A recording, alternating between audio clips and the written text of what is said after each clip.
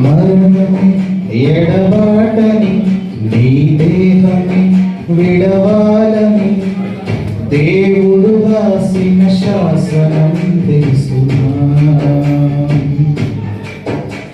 సర్వమే నీకున్నను నీ చావుతో విడవాలని శాశ్వతమేది కాదని తెలుసునా?